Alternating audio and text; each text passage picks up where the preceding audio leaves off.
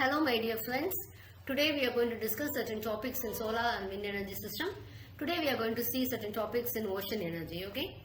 So this ocean energy will be covering, we know very well, the ocean covers nearly 75% of the whole surface. So it is the largest renewable energy and it is no greenhouse emissions or anything else, so pollution or anything else. So this ocean is being available in wave energy and also as tidal energy, okay? So the ocean temperature difference energy, so whatever that is. So what is the objective? Why we are going for this ocean energy or wind energy, anything else? So we are on the verge of. So what happens actually? The coal, gas, everything is getting depleted day to day. So we'll have to come out with a new alternative. Okay, and you'll have to reduce the use of fossil fuel. And this is actually we have to choose a plant. We need along with the base plant like diesel or gas power plant, we need another one also.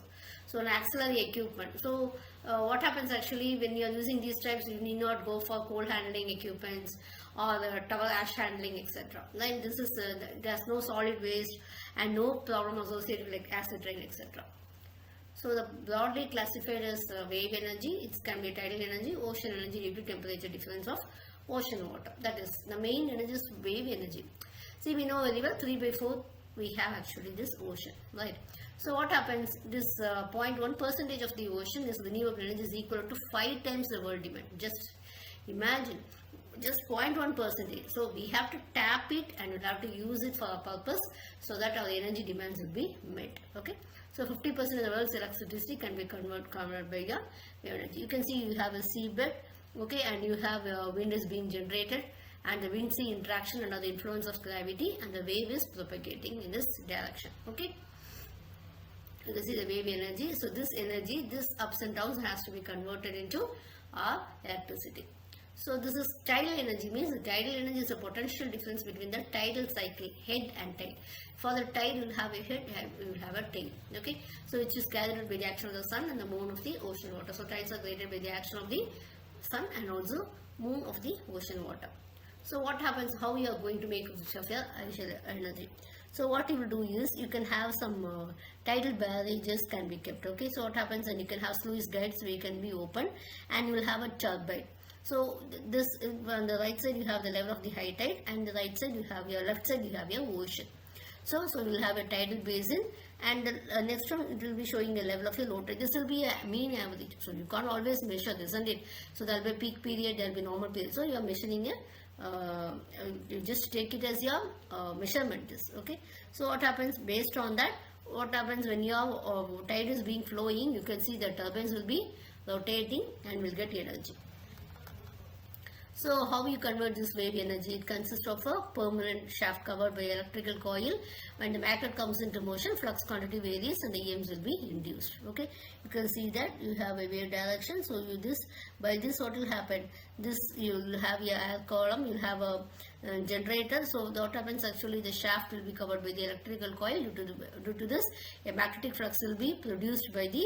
What happens actually when your tide is wave energy is just passing over it, there will be a movement, and so what happens, the flux will be varied, okay? So what are the applications? It will be power supplied, light tower, and those navigates. You can use it for the light tower, okay? So we can get power for those cities which are nearby, and electrification of ship and all. Power can be supplied to the grid, and power supplied to the communication towers, and individual power supplied for local industries which are nearby your ocean. You can do it. That only we have done till now. That applications only, we are not going for the large scale. So advantages, once you have built in, but the building is very not difficult actually, you have to be very careful, okay? But after that you need not invest in fuel, no greenhouse, no fuel requirement, no solid waste management, you don't have any auxiliary equipments, and you can use as a base power plant, okay? Next one is your ocean thermal energy conversion. What is it? It's actually a process. You can produce electricity by using the temperature difference between the deep cold water, ocean water. That is the difference. Ocean energy is different. That's tidal energy. That is what we see is wave or tidal energy. That will be by the movement of tides. But here what we are using is, you're using the temperature difference between the deep cold ocean water and the warm tropical surface water. Okay, so we are converting the solar radiation into the electrical power. So it's the world largest solar radiation. Actually, ocean. We have learned in the previous videos that is about collectors, how we are using the collectors for the solar radiations, but it is the largest solar radiation collector. Okay, so it has the enough power for all the electrons need.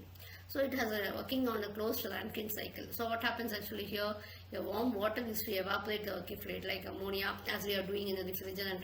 When using a refrigerator, you have your warm water is used for evaporating. Okay, so the evaporated fluid will, what it will do? It will expand in a low pressure turbine which is coupled with the turbo alternator, and the turbo alternator will be producing the electricity. Okay, so what are the types of electricity conversion? You have a closed one, open, and also the hybrid cycle. Okay, closed type, what happens here? The warm seawater evaporizes a working fluid such as ammonia, which is flowing through a heat exchanger. So what happened? The vapor will be expanding at moderate pressure, and it will turn a turbine coupled to a generator. That vapor can be condensed in a heat exchanger using the cold seawater. We are using both the hot water and also cold water, and we are doing it. This is a closed cycle. Okay, so the condensed working fluid, again it is pumped back to the evaporator, and again the cycle is repeated. So the working fluid will be remaining in a closed system, so we call it as a closed loop OTC cycle. Next one, what it is, open loop OTC cycle is, the seawater is itself used to generate heat without any, we don't have any intermediate fluid. Seawater we are using. So actually you have the tropical ocean's warm surface water that you are using for making electricity. So flash evaporation of a fraction of the warm seawater by the direction of water below the saturation level corresponding to a particular temperature. What happens?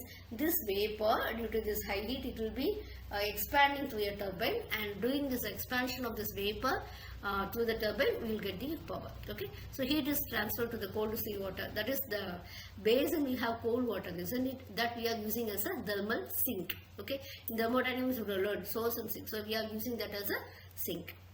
Okay, next one is hybrid. Hybrid means it is combining the features of both the closed and also open cycle. In hybrid, what happens? Your warm seawater enters the vacuum chamber, where it will be flash evaporated into steam. Okay, it will be similar to the open cycle evaporation process.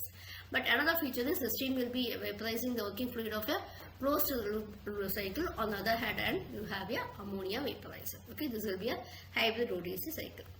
Okay, well, it has been used, it can be used for many applications like generating electricity, desalinate water, support your deep water mariculture. Okay, you can use it in refrigeration, etc.